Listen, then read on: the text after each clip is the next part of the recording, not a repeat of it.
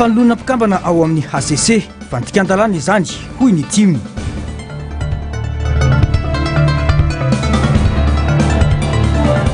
Fankalazana ny 4 Jona 2024 fitiavan-tany razana firaisan-kina ary kolotsaina no avohitra hoy ny komikomana. Fianiana ny tendrombohitry Everest ny fahofateny an-tampony ny saina malagasy. Ampifaliana indray tombokilasy tombokivavy no itsitiany sampana fampalalam-baovao ny tokantrano amin'ity alina ity atezina ny arabary manasana ao am-panajana anaraka ny vaovao hatramin'ny farany. Araka ny fanarahantsika tany anaty lohatenim-baovao teo fa tsy ara-dalàna ano sady tsy mitombina ny fikasany antenimieram-pirenena anolo ny solotena ny onivon'ny fitsarana avo momba ny lalam-panorenana na ny HCC ho ny antoko-tsiky Madagasikara androany. Nambarany sekretera jeneraly faharoany antoko Rabenirina Mamy androany fa tsy feno ny fepetra ahafahany risoana amin'ny fanoloana ireo mpikambana roa ireo tsy miova amin'ny foto-keviny antoko-timo manoloana ny raram-pirenena fa ny lalàna ihany ho ny fanamafisana. Germaine Menjanary Taiziniana. Mandat impératif no lalàna ho an'ireo mpikambana eo anivon'ny HCC noho izany tsy azo everina ny firosona amina fifidianana raha tsy misy antony manokana tsy maintsy irosona amin'izany. Anisan'ny nahagaga nefa fa tsy misy fahabangan-toerana ary mbola tsy tapitra ny fempitom-piasana kanefa mikasany iroso amin'ny fifidianana izay ho solotenan'io ny androm-panjakana mpanao lalàna mba anolona ireo solotenany eo anivon'ny fitsarana avo momba lalam-pandrenana na ny HCC. Ho anay eo anivon'ny antoko-tiako Madagasikara dia mifototra amin'ny lalàna misy sy lalàna manan-kery hatrany ny fanapahan-kevitra sy ny zavatra rehetra tokony atao. Ka raha mametra ny lalàna manan-kery hoe manana mandat maharitra 7 taona ny mpikambana eo anivon'ny HCC na misolotenan'izy izy na misolotenan'iza dia rehefa mbola tsy tapitra io mandat io dia manao ny asany iny solotena. Dia teo zany nampametra-panontaniana anay taty anivon'ny antokony hoe inona ny antony anoloana n'ilay mpikambana eo anivon'ny HCC io. Ny toerana tsy banga, mbola perinasa tsara hoy ireo solotena ireo. Ka ho anay rehefa tonga ilay soso-kevitra avy teo anivo avy any amin'ny filohan'ny antenimieram-pirenena ny amin'ny hoe ahemotra le izy dia nisy soso-kevitra avy amina solombavambahoaka hafa izay notohananay ny amin'ny hoe tsy misy antony mihitsy tokony anomanana n'ilay fifidianana fa tsy hoe ahemotra fotsiny fa raha ny zava-misy tamin'ny andro omaly aloha ny 5 Fivrina dia tsy misy antony tokony no ieritreretana anaovana le fifidianana satria mbola eo amin'ny toerana daholo ireo olona resahana sy ny eritreretina hoe hanaovana fifidianana vaovao. Fikasana andika lalàna izany ary tsy mitombona ihany koa ny fanapahan-kevitra hoy hatrany ny antoko-tiako Madagasikara. Tsy vitany hoe mbola ao anatin'ny fotoam-piasana tanteraka ireo mpikambana roa ireo fa tsy misy ihany koa ny fahabangan-toerana izay tokony antony anaovana fifidianana vaovao raha ny fanazavana hatrany. Ny hoe tsy ara-dalàna dia mazava ho azy fa tsy manaraka ny lalàna misy le izy fa izay koa mahita hoe tsy misy lojika le izy satria tsy hoe ny ampy akory ny tsy nisy lalàna vaovao mametraka ny hoe ampina ny mpikambana ao anivon'ny HCC na hoe araka ny voalazako teo hoe tsy nisy constatation de vacances de poste zany hoe tsy banga ny toeran'ireo olon'ireo anivon'ny HCC. Tantara ny ainantsika tato ato ange teo anivon'ny Seny zao nametra-pialana ny solotena avy amin'ny antenimieram-pirenena noho ny tsy fahasalamana tamin'ny taona lasa dia niroso tamin'ny fifidianana izay hosolony izahay satria banga ilay toerana teo. Toy izany koa any amin'ny toerana hafa izay ananan'ny androm-panjakana hafa solotena. Raha tsy ahivina moa dia ireo mpikambana roa solotena ny eo anivon'ny antenimieram-pirenena ireo no isan'ny tsipaka sy tsy nanasony ny firotsako Fitindra-Joel tamin'ny fifidianana faranteo. Efa nisy ihany koa ny reserva nataon'izy ireo tamin'izao fitsanganana ny fitondrana fanavozana izao raha ny fanadiadiana izay natao. Andrasana noho izany ny fanapahan-kevitry ny antenimieram-pirenena taorian'ny fanemorana ny fifidianana izay nokasaina saika atao omaly io. momba izay isy aloha hevitra fanoloana ny mpikambana ao amin'ny fitsarana avo momba lalam-panorenana izay ihany dia maneho hevitra ny mpanao politika ka mandrangadranga fitoniana mba tsy haroboka ny antenimieram-pirenena amin'ny fandikan-dalàna. Mihevitra ny mpanao politika no anontaniana fa fitondrana mbola marefo ny fanavaozana. Tsy tokony ho nahemitra fa hofoanana mihitsy ny fikasana anatanteraka io fifidianana io raha ny fanazavana eo amin'ny fandraisam-peo ny Narcisse Karazafy sary sy rindran-tsary ny mbola afa-tsara.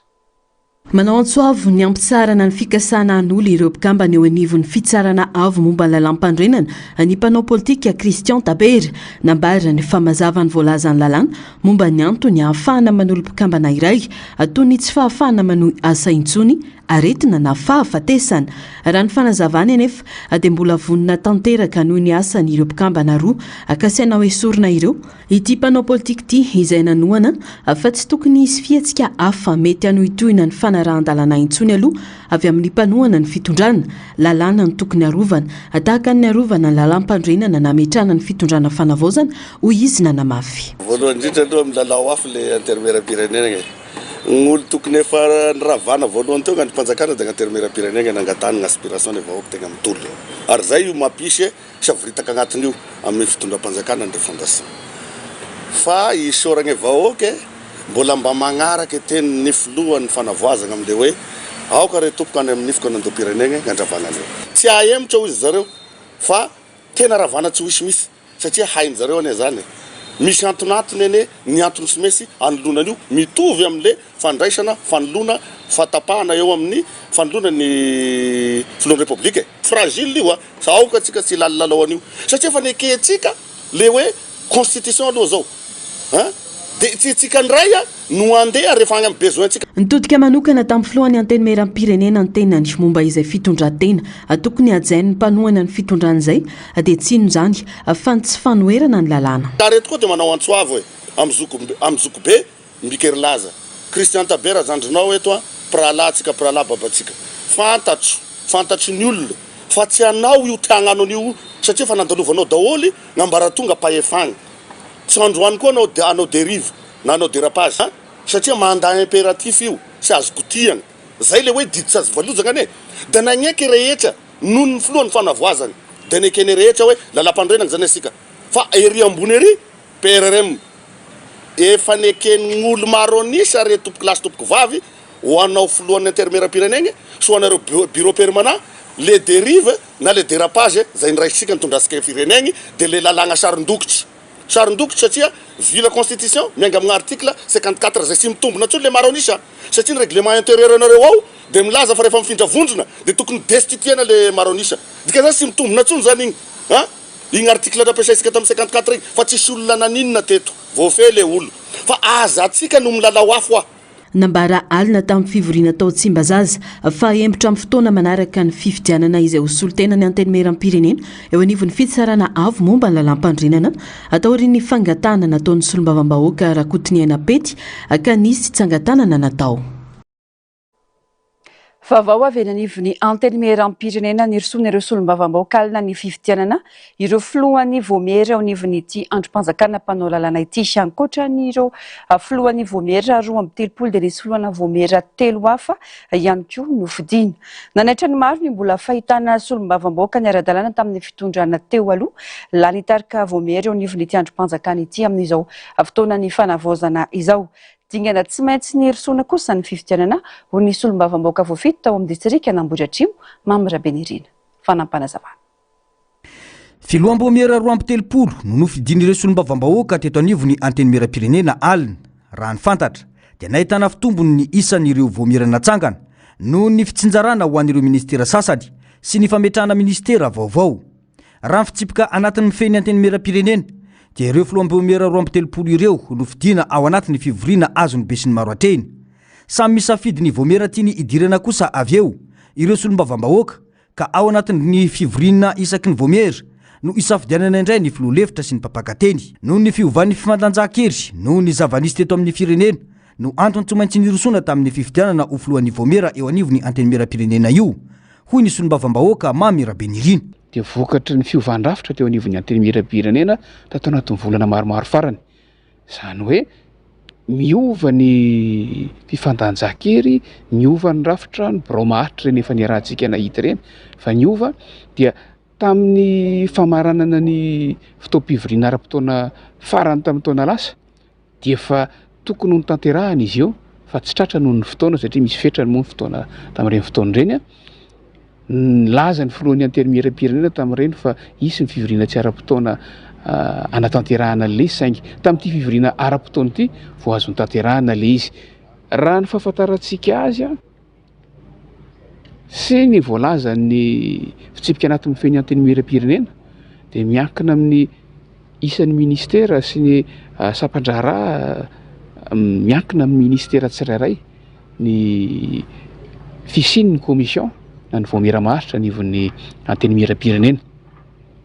ny dikan'izay ohatra fotsiny satria lasa misy ministera misahana amin'ny fanavaozana eo anivon'ny gouvernemanta n'izao fotoana izao dia anisan'ny efa iomanana ihany koa zany ny isian'izay voamera-maharitra isahana amin'ny fanavaozana zany nisy ministera zay nitambatra taloha kanefa nisaraka tamin'ny remaniement farany teo dia misaraka manaraka an'izay koa ireo voamera-maharitra ety anivon'ny antenimieram-pirenena fa isany nanaitra ny maro tao anatin'izany ny natafapetraka eo amin'ny toerany filoam-boamera ny solombavam-bahoaka Marantzan de Dieu solombavam-bahoaka ny Toliara sady efa minisitra ny sanany positra sy ny fifandraisan-dravitra teo aloha efa nisahana ihany koa ny asa-panjakana ny tenany izay voafidy ho voamera lalàna niteraka fanehoan-kevitra ihany koa ny mafilohan'ny voamera ny atitany anirajafo maefa Tinarvelo izay efa minisitra ny sana ny atitany voaresaka tamin'ny reny raharaha écran plat ireny ankoatr'izay dia nisy filohan'ny voamera telo hafa no tendrena na dia tsy voafaritra ao anatin'ny fitsipika anatiny aza izany François Jean Michel ho an'ny voamera ny fanavozana ifotony Rakoto Malala Miarintsoa ho an'ny voamera fanavozana ifotony ho an'ny Tanora Menavolo Alban ho an'ny voamera ny fifandraisana amin'ny androm-panjakana ary Raymond ho an'ny voamera ny fiompiana fa tsy noraisina ny fitoriana napetraky ny solombavam-bahoaka Rajerson Antoine ny 13 Mey lasa teo ny fanapahan-kevitry ny fitsarana avy momba ny lalam-panorenana nivoaka omaly voalaza tamin'izany fa tsy mifanaraka amin'ireo fepetra raketiny lalam-panorenana momba ny fampitsarana ny asan'ny filoham-panjakana io fitoriana sy fangatahany solombavam-bahoaka io raha tsy aiviny isan'ny votoatin'ny fitoriana napetraka ny filazan'ny solombavam-bahoaka amin'ny fanitsakitsahana ny lalam-panorenana sy ny tsy fahombiazan'ny fitondrana ka nangatahany tamin'ny fitsarana avy momba ny lalam-panorenana nanambara ny fahalemen'ny fahefana miaramila sy ametraka rafitra hafa hitantanana amin'ny firenena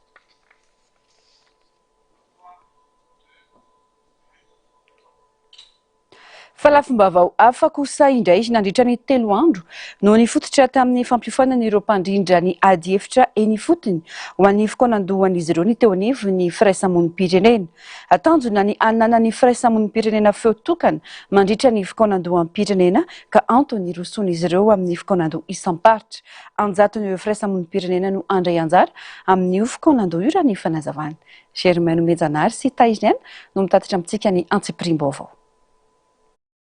aoriny ny volana Aogositra no heverina fa iroso amin'ny fionambe nasionaly andravonan-kevitra mahakasika ny fikoanandoha nasionaly ny firaisamonim-pirenena manerana any Madagasikara izany no antony atrikasa izay natao ho an'ireo mpandrindra ny ady hevitra ho fiatrehana ny fikoanandoha isam-paritra manerana ny faritra 420 misy eto Madagasikara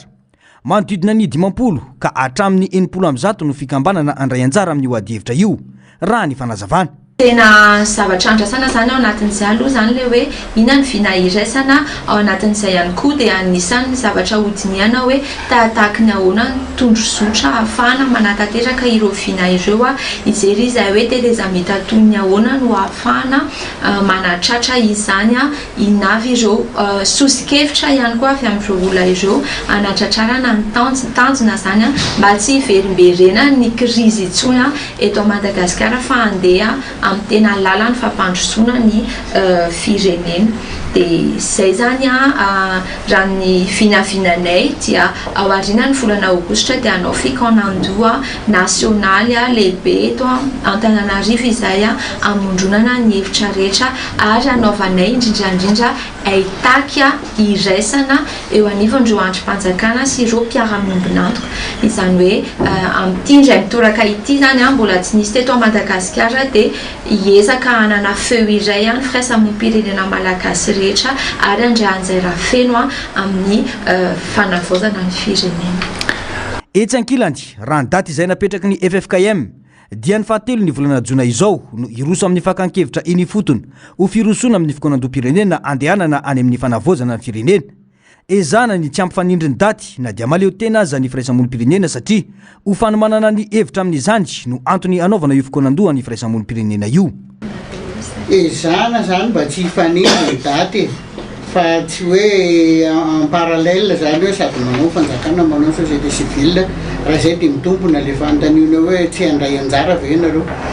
tsy maintsy mandray anjara zany fa hanomanana an'le fandraisana anjara mihitsy dia ndresahana atao hoe mba olo-pirenena amin'izay ny vahoaka zay zany tena tanjona ho anatiny fa tsy hoe faninana fanjakana. Nanomboka ny alakamisy teo ary ny farana androany moa ny fanofanana ireo mpandrindra ny adihevitra eny fotony ho an'ireo firaisamonim-pirenena io.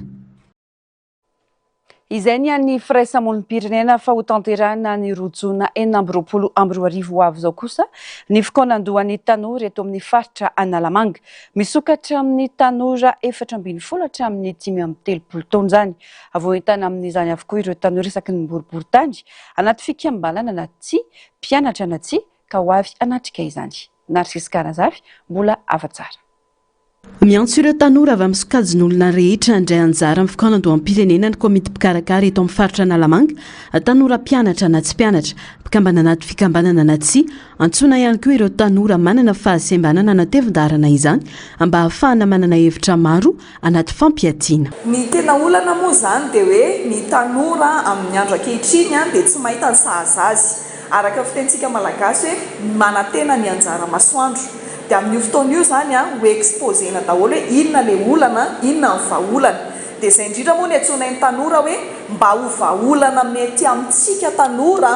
no hoentin'ny fitondram-panjakana dia aleo isika no aneo ilay vahaolana mba atenaitsika amin'ny fitondram-panjakana. Rehefa vita ny 2 juin dia iroso amin'ny fikaonandozany eny anivon'ny université ohatra na eny anivon'ny arrondissement dia ao aorianan'izay iroso any amin'ny fikaonandoha régional sy fikaonandoha national mba ahafahana mampiseho sy mitondra eo anivon'ny fitondram-panjakana hoe ireto tompoko ny hevitra tanora ampijirina ao anaty politique nationale de la jeunesse sy ny politique générale de l'État. Hodiniana mandritra ny fikonandoha ireo olana fototra mahakasika ny fiainan'ny tanora amin'ny ankapobeny rehefa vita ny dinika eny anivon'ny faritra dia atambatra ho fekevitra eo anivon'ny firenena ireo soso-kevitra sy vahaolana ivoaka avy amin'ny tanora. Miaraka amin'ny fikambanan'ny tanora izay moa ny antom-pisianay komity ary izay koa ny antom-pisianay hoe tanora mihitsy no misahana n'ilay fikaonandoha ho an'ny tanora mba hahatonga ny tanora zany tsy eritreritra hoe any olo-bebe io na any mpanao politika rery io fa antsika tanora malagasy rehetrarehetra ny fikaonandoha-pirenena ho an'ny tanora. Dia ny zavatra nataonay zany nampiarinay dia manantona ny arrondissement, manantona ny université fampiresaka bouche à oreille mandefa eny amin'ny tambazotra serasera, mandefa email sy SMS miantso ireo fikambanana namanay dia ireo fikambanan'ireo ihany koa no miantso ny namany mba ho avy ny tanora satria mety marina tokoa hoe noho ny amin'ny fotoana tery dia misy tsy tratranjo fa efa nampitomboana zany ny ahafahana miantso ny namanay tanora. Dia izay koa mahatonga anay tahaka izao hoe miantso anareo tanora ihany koa amin'ny alalan'ny média. Nambaran'ny mpikarakara fa natao an'ny tanora malagasy rehetra ity fikonandoha ity indrindra ireo eo anelanelany 420 hatramin'ny 530 taona anisan'ny tanjona ny iaino sy andinika ireo olana sedrain'ny tanora amin'izao fotoan'izao toy ny tsy fampinasa sy ny olana amin'ny fianarana ary ny tadiavana vahaolana maharitra mifanaraka amin'ny zavamisy iainana amin'izao fotoana. Tanora rehetra moa zany 420 taona hatramin'ny 530 taona. Dia antsona daholo moa zany tsika zany raha tanora mpandraray ianao na mpianatra na tsy mpianatra sy tanora manana fahasembarana zany ary tanora mpanao politika mba ho avy anarsika ny fakan-kevitra zay ataonay ao amin'ny avrianosy amin'ny rojona ho avy zao zany amin'ny roora. Fantatra fa misy fiara-miasa amin'ireo fikambanana tanora amin'ny fanomanana ny hetsika misokatra ho an'ny tanora rehetra na mafisin'ny komity mpikarakara fa tsy sehatra politika anivoka ao nandoha fa sehatra natokana ho an'ny tanora rehetra tsy misy fanavaka vahana. Fa hosokafana amin'ny fomba ofisialy ny alatsinainy ho avy zao ny fanamariana ny fahinam-biempolo taona ny nazony Madagasikara ny fahaleovantena etsika amin'ny lafiny kolotsaina sosialy ary amin'ny fomba miaramila no entina hanamariana izany. Miantso ireo izay ho avy hanatrika ny etsika ny amin'ny kianja bare Mahamasina ny mpikarakara mba hanandratra ny kolotsaina malagasy ary hanao fitafy malagasy avokoa. Narcisse Karazafy mbola ava-tsara hatrany. Lohevitra entina hanamariana ny fankalazana ny fetim-pirenena amin'ny titantiny hoe fanavaozana ho an'ny fandrosoan'ny Madagasikara, fitiavan-tandrazana, firaisan-kina ary fanomezan-danja ny kolotsaina malagasy ny fototra hitondrana ny hetsika rehetra atao mialoha sy mandritra ny fankalazana ny fetim-pirenena araka ny nambara ny filohan'ny komity mpikarakara ny jeneraly Dodo Andrianilaina Tiana. Tanjona ny ahafahan'ny malagasy rehetra mankalaza ao anaty filaminana sy hatsapan'ny tsirairay ny maha izy azy sy ny hoavin'ny firenena ao anatin'ny fahenina ambin'ny polo taona nazahoana ny fahaleovantena no tanisaina tamin'izany ny fanavaozana amin'ny toe-tsaina, ny fitantanana ary ny fampandrosoana amin'ny ankapobeny. Raha mijery tantara fohifohintsika dia ao anatin'ny enina ambin'ny taona nazahoantsika amin'ny fahaleovantena dia samy mahatsapa itsika rehetra fa mbola lavitra ny ezaka tokony atao amin'ny lafiny rehetra mihitsy. Ka ny hevitra hitan'ny mpikambana zany dia hoe ity fanavaozana ity zany no eritreretintsika makany amin'ny fandrosoana, fanavaozana amin'ny toe-tsaina, fanavaozana amin'ny fitantanana, fanavaozana amin'ny fanaovana foto-drafitrasa sy ny zavatra rehetra mety hampandroso an'i Madagasikara. Dia izay zany nahatonga anay ny safidy amin'ilay tara-kevitra hoe fanavaozana ho an'ny fandrosoan'i Madagasikara. Etsika maro no hanamariana ny fankalazana, anisan'izany ny fanabeazana sy ny fanahitanana amin'ny maha-olo-pirenena havanana, indrindra ny fanajana ny sainam-pirenena sy ny fanamafisana ny fitondran-tena ny olo-pirenena na ny civisme. Isy ihany koa ny etsika amin'ny lafin'ny finoana sy kolotsaina ary ny fijerena ny sehatra sosialy satria isy ny fanolorana fanomezana ho an'ireo zokiolona, olona marefo ary ireo manana fahasembanana. Ho tanterahana toy ny isan-taona ny lanonana amin'ny fomba miaramila, ahitana matso sy seho ataon'ny mpitandro ny filaminana amin'ny kianja Mahamasina miaraka amin'ny kermesy miaramila sy etsim-panatanjahantena maro ihany ny fanazavana. Manarak'izay moa tsy azabaina amintsika intsony koa ny seho ara-miaramila toy ny hoe matso lehibe izay atao eo amin'ny kianja Barea amin'io andron'ny 9 jona io. Dia ankoatran'ny matso dia misy ihany koa ny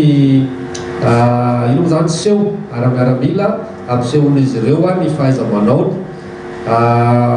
ampisehoana zany ny vahoaka iray manontolo hoe reto ny hery fiarovana sy filaminantsika afaka manana ny maha-izy azy. Nampatsiahy ny komity mpikarakara fa voarara ny fampiasana tsipopoka sy lazaira mandritra ny fety indrindra ny amin'ny toerana be olona sy eny an-dalambe mba hisorohana ny loza sy ny fanelingelenana ny mpiara-monina. Isy ihany koa ny fanavaozana ny seho afomanga amin'ny titanty na eo amin'ny endriny na eo amin'ny fandaminana ary isy zany avokoa ny distrika 20 manerana ny Madagasikara. Toromarika ho an'ny rehetrarehetra zany dia hoe fankalazana ampilaminana no ho ataontsika izany hanjakan'ny fihavanana sy ny fitiavan-tandrazana tanteraka, fanasongadinana ny maha-malagasy ihany koa ary rarana ny tsipopoka sy ny lazaira izany mandritra ny andro ankalazantsika ny 20 jona io, indrindrandrindra moa eny amin'ireny toerana feno olona sy any an-dalambe ireny. Ny fametrahana ny sainam-pirenena any amin'ny tokantrano tsirairay sy any amin'ny barao-panjakana zany dia manomboka ny latsinainy voalohan'ny volana jona io dia entanina isika rehetra ametraka izany eny amin'ny toerana tokony asiantsika azy fitiavan-tanindrazana no aoka zany ibaiko antsika rehetrarehetra. anomboka amin'ny fomba ofisialy ny iray jona 4 eo anolohan'ny lapan'ny tanàna Analakely ny fandokafana ny fankalazana amin'ny alalan'ny fiarahana manangan-tsaina anaraka izany ihany koa ireo distrika rehetra manerana ny nosy. Pejiny sosialy ny Dalandalambe mitaky ny verena ny varotra indray ireo mpivarotra eny amin'ny petite vitesse ny maraina teo tsy manaiky ny ametrahana azy ireo amin'ny tsena anatiny izay nomeny komina Antananarivo renivohitra teny antoerana nanangona ny vaovao na Arsisy Karazafy sy mbola avatsara. Miziriziry amin'ny heviny nidina an-dalambe indray ireo mpivarotra androany ary nandoro kodiarana sy nanakana lalana tamin'ny arabe ny petite vitesse nirotsaka ny sehatra ny sampana mpamonjy vona sy ny mpitandro ny filaminana namon'ny afo sy ny fampiresaka tamin'ireo mpivarotra.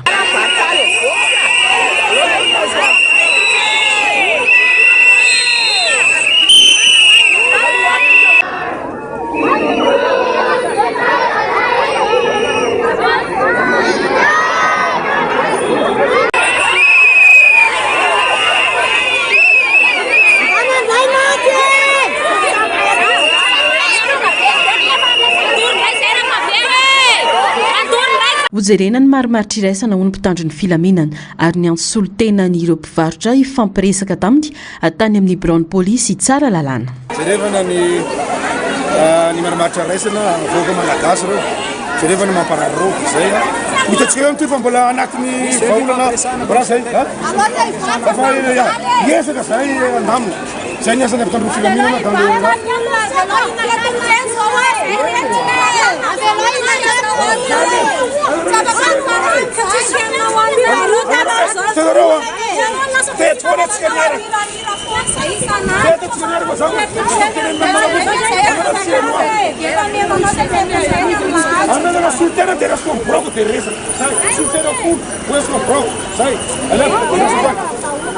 Nazava ny fanazavana nomeny filohan'ny délégation manoka ny tanàna n'Antananarivo nandritra ny fanomezan'ny fanazavana momba ity raharaha ity ny sisin-dalana ho an'ny mpandeha tongotra ny arabe ho an'ny fiara sy ny kodiaran-droa ary ny tsena ho an'ny mpivarotra andrasana ny toy ny raharaha. Vaovao ny trangam-piarahamonina velotaraina manoloana ny afitsoky ny vahiny milaza azo mpanambola sy mahitahita ny mpono amin'ny fokotany Antanimena sy Ambatomanga amin'ny distrika n'Amparafaravola faritra Alaotra Mangoro amin'izao fotoana izao. Anjakan'ny vahiny tanteraka ny tany izay efa nohajariany mponina taonany maro ka izy ireo indray no tadiavina alana amin'ny taniny. Miantso vonjy amin'ny mpitondra fanjakana mefa izy ireo hijery akaiky sy andray andraiky ny manoloana ity tranga ity. Fanadihadiana eo amin'ny rindran-tsariny Mathieu Princy. Mitarena ny mponina ka ambarany fanjakazakany teratany vahiny iray ny tany mirefy 720 hektara izay veloman'olona mahery ny 5,000 ao amin'ny fokotany Antanimena sy Ambatomanga ao amin'ny faritra Alaotra Mangoro amin'izao fotoana izao. Farafahakeliny anjataona no niainan'ny mponina teto sy nanajarian'izy ireo ny tany ho lasa mamokatra ka miantoka ny fivelomany. Nipoitra nefa ity teratany vahiny ity ary milaza azy ho tompony tany kanefa sady tsy manana taratasy mahazo ny tany akory no mbola milaza ny tena no mahitahita sy manambola. Alana antery amin'ireo mponina ny tany ka itediavan'ny mpividy any avy amin'ny toeran-kafa ary efa tsy manaiky tranga izay atao ankely no tsy manara-dalàna ihany koa ho ny fanazavana. Roasy miasa idy amidiny ny tany tokotany sy ny trano sisany anahy ka dia malahelo tompoko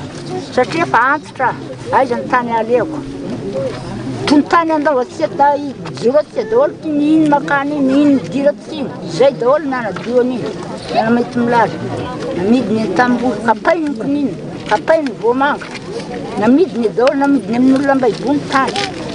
dina dia foatra ny eza tsy manana satria makeo ny tambolony dia asiana prizy. Nefa izy akory tsy tompony tany sady tsy manana taratasy mazava hoe anazy marina. Ka mangataka izahay mba jereo zahay satria mahanitra ny vahoaka tsy manam-bola tsy manana ninina tontona satria efa mijaly. Ary izay vahoaka eto amin'ity fokotany ity dia mandrendreranatsy aminazy ary mivavana voakany dia hoe alany ny voamasiny raha ohatra ka hoe ho azy mivahoaka kitany ity. Anilika anay vahoaka izy izay atao hoe nanamaito milaly ny trongy nanajary zany tanimbary resantsika zany tsy nisy rano zany fa mbola izay vahoaka ny tady fomba hitariana rano ahafahany tany io mamokatra. Ary ny olona zay nahazo an'ilay tany tsy mba olona ao amin'ilay toerana fa olona avy any amin'ny sisy sy olona mpiava voaingana natongavany teo ka malahelo zay vahoaka amin'izany zavatra zany tsy misy azony olona atao satria ny fameloma-tena hatramin'izay dia ravatsy. manay mafy ireo mponina ny amin'ny fisina kolikoly avolento ao ambadika ity raray ity mitaka izy ireo ny anehoana ny maradalàna ny taratasy ny hoteratany vahiny io ny tany raha mary ny filazana io saingy miantso ny mpitondra ihany koa anomeny mponina ny tany noho izy ireo nanajary faela ny mbola manao adidy araketra samihafa momby izany mandeha ny tsindry vola any amin'ny reo ministera maro isan-karazany ka voatery zay zany riesy foana treto ary noarany atsojay na fampisamborana ny olona teto aminay ny samboriny Andriamatoa Sahidy io nanara-mamy polisy zay nanara-mamy gendarme dia rehefa tratrany iny le olona dia samy nangina teo daholo ito olona zay milaza tompony tany eto aminay ity efa vao marina ve mba manao revenu normal ao anatin'ny fanjakana ve izy mando facture-ny tany aba tany ve izy nefa zay dia mangataka aminareo mpitondra fanjakana zay vahoaka zay vonina hoe angataka ny tany aka ny taninay dia voniny zay anao an'izany normal ara-panjakana ary anapin'ny vola panjakana ao anatin'ny etra tany ahoana zay tsy mahazo sitraka tsy mahazo fanolorana le taninay nefa zay dia efa nanao izy rehetra mety nanajariana ny tany dia nanao antely vianay tsirairay avy zay natsoana tany amin'ny polisy natsoana tamin'ny gendarme na nylondoa mpisorona rehetra dia nogadrainy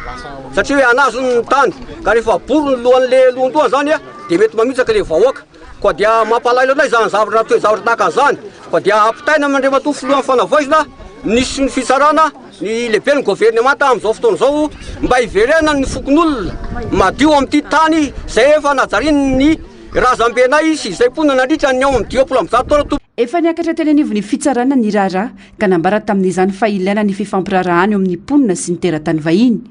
tsy voazy anefa zany satria efa tonga amin'ny fanaovana herisetra sy fanagadrana mihitsy 23 taona vao tonga le laza tompony le tompony nefa angatana mbo hoe fihavanana dia diavana tsisy taratasy izy fa malala olona izy amin'ny fitsarana zay moa ny teniny malala olona izy amin'ny polisy dia raha le olona ary mbo mitany aminazy lazainy fa zao monko ny tenin'ny fitsarana tamin'izay ny victime dia hoe fampirarana resy ny tompon-tany dia fampirarana aminazy zay lazainy fa vidina koa le vitany varotra izy aminay fa tsy mety vitany amin'ny commune le taratasy eritoana sy tapany angatany Ambatondrazaka zay vao afaka zay ny zavatra niary taminany zavatra tsy nataoko misy ny zavatra inona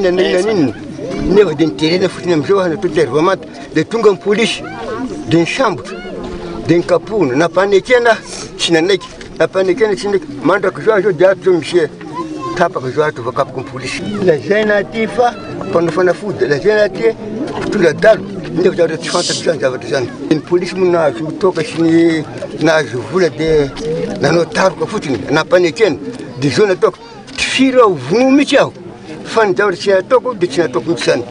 dia ne tonga dia efa nanaiky mihitsy tonga dia vono aho malahelo aho satria amin'ny zavatra tsy nataoko ary tsy fombako zany tamin'ny tanora tsy navita an'izany fa zao fantata fofoaty zao anao an'izany le tany dia angatahako mihitsy le tany ho anahy ho an'ireo zanako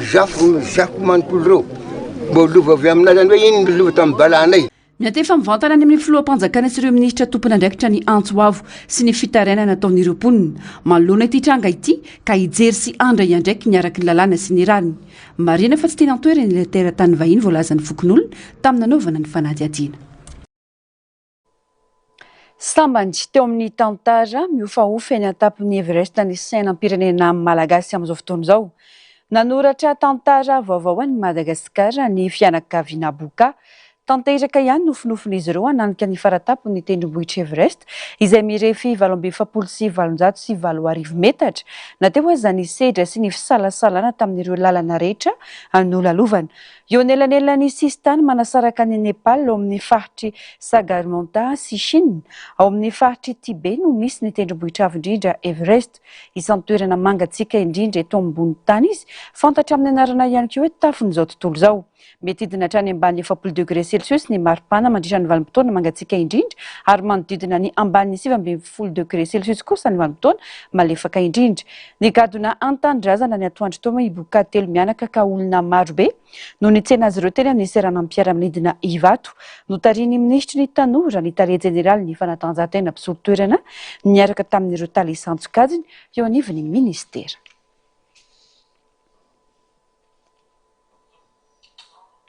fa zazavary irairay vao herintaona sinimbolana no nisy nankankeriny tao amin'ny fokontany Ankalika komina ambanivohitry Toliara ny aliny 7 metro tokony ho tamin'ny 2 rano maraina. Niezaka nanohitra ireo olon-dratsy ny rainy saingy nodaron'izy ireo nandritra ny fanafiana raha ny loharanom-baovao. Tsy mbola fantatra kosa hatreto ny toerana nitondran'ilay zaza. Tato anatin'ny iray volana efa natratra 3 sady ireo tranga fakanankeriny ankizy sy zazavarira raha nitatitry ny fikambanana albinos Madagasikara. Raha tambatra kosa dia efa 7 ireo tranga niseho nanomboka ny volana janoary no makaty ka 2 amin'ireo zaza nalaina-keriny no mbola tsy hita popoka. Isan'ny mampirongatra ny asa ratsy ny falemen'ny fanapahan-kevitra sy ny makasika ny raharaham-pitsarana hoy ny fanazavana kanaovan'ny fikambanana Antsoavo amin'ny vahoaka malagasy sy ny manam-pahefana hiara entana amin'ny fitadiavana ny marina sy ny ady amin'ny fakanan-keriny ary famonoan'olona manana toetena varira eto Madagasikara.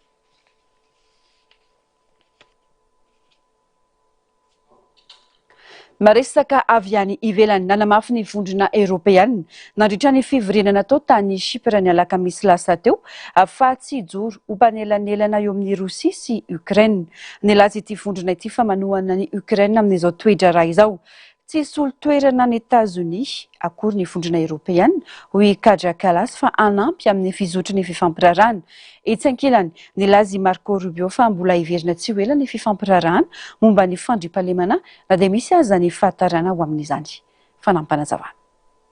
Nolavin'ny komisera ambony eo anivon'ny vondrona Eoropeanina misanana raha bahiny Kaja Kallas ny tsy milaza fa ny androla manokana hifampiresaka amin'ny Rosia ny vondrona Eoropeanina. Nambarany fa tsy hijoro mpanelanelana eo amin'ny Rosia sy Ukraine mihitsy Eropa satria efa mazava fa manohana ny Ukraine izy ireo amin'izao toetra raha izao. Raha araka ny vaovao hatrany, efa niteraka hevitra sy tsy fitovian-kevitra teo amin'ireo firenena mpikambana ao amin'ny vondrona Eoropeanina ny fanendrena hiraka.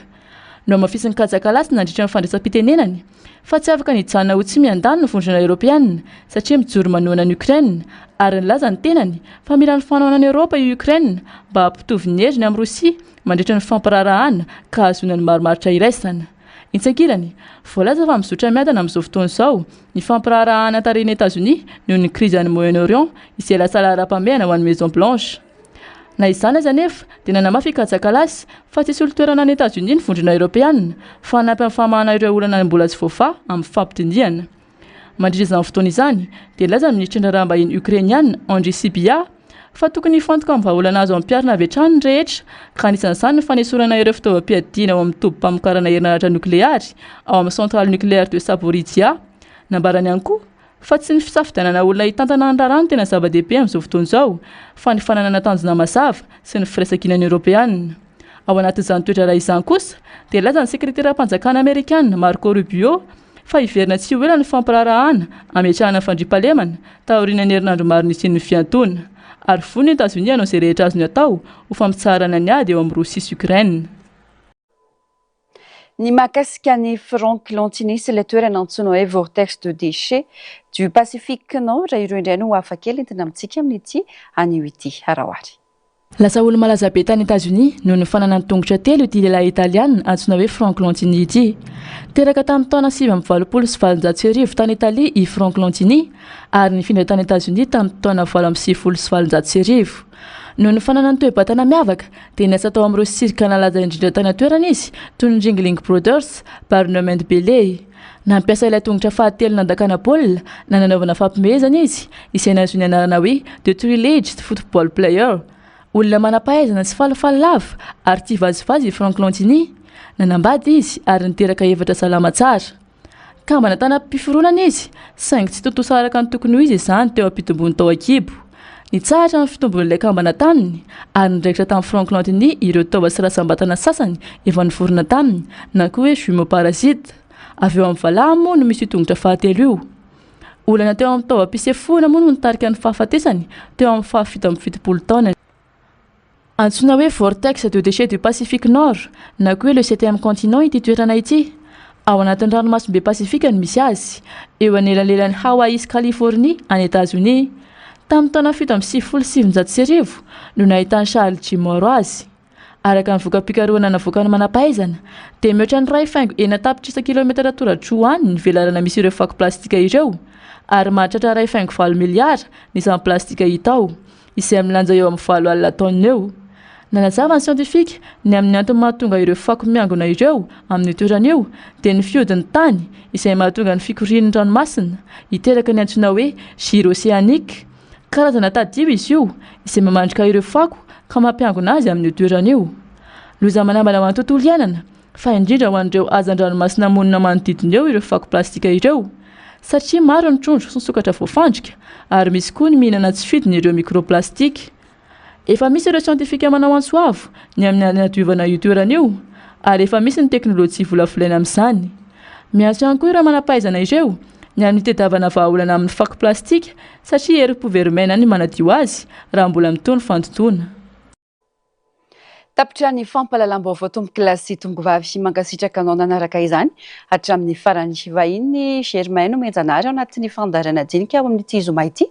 ny filohan'ny antoko ny safidiny Madagasikara ny Irina Rakotoarjona ka anasananao anaraka izany tenako kosa tombo-kilasy tombo-vavy mametraka ny mandrapitafa ao amin'ny rampitso indray veloma tompoko.